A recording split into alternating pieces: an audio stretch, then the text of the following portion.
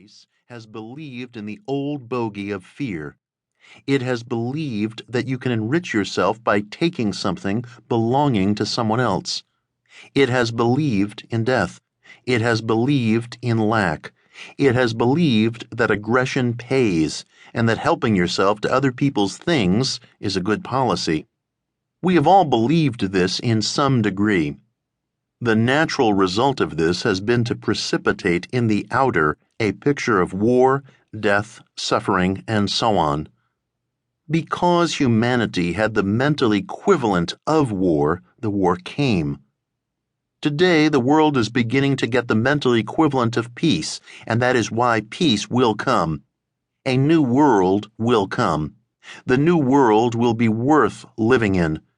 In the great new world that is going to come a little later on, and it will come sooner than some people think, there will be peace, harmony, and understanding between man and between nation and nation.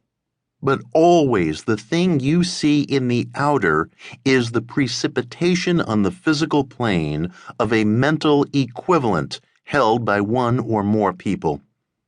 Now, of course, I borrowed this expression, mental equivalent, from physics and chemistry.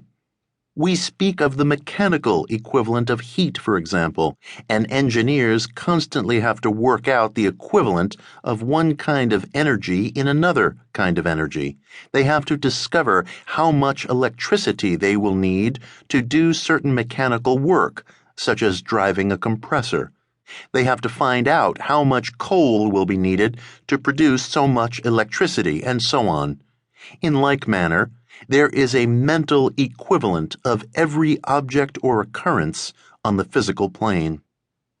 The secret of successful living is to build up the mental equivalent that you want, and to get rid of, to expunge, the mental equivalent that you do not want. Suppose you have rheumatism. I have friends in London who have it all the time. In fact, rheumatism used to be called the national British disease. Some people there have it beginning in October and lasting until March. Others only have it until Christmas. Others do not get it before Christmas and then have it until February. Of two men living in the same town, doing the same work, eating the same food, drinking the same water, why does one have to have rheumatism from October until February, and the other does not have it at all, or has it at a different time? Why? Because they have furnished the mental equivalent for what they get.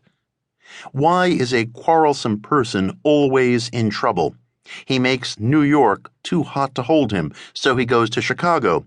He thinks he will like it in Chicago, but pretty soon he has enemies in Chicago, so he goes down to Kansas City. He has heard there are nice people there, but soon he is in trouble again. Why? He has what we call a quarrelsome disposition. He has the mental equivalent of strife.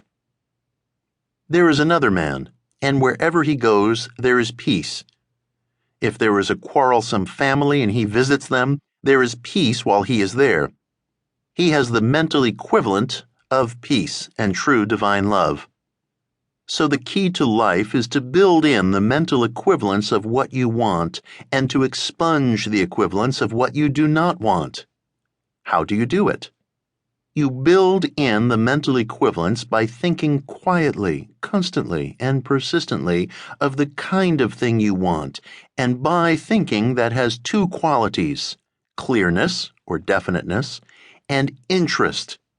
If you want to build anything into your life, if you want to bring health, right activity, your true place, inspiration, if you want to bring right companionship, and above all, if you want understanding of God, form a mental equivalent of the thing which you want by thinking about it a great deal, by thinking clearly and with interest. Remember, clarity and interest. Those are the two poles. Universal polarity. The law of polarity is, of course, a cosmic law. Everything is produced by two other things. Anything that is ever produced anywhere in the universe is produced by two other things. That is the law of polarity.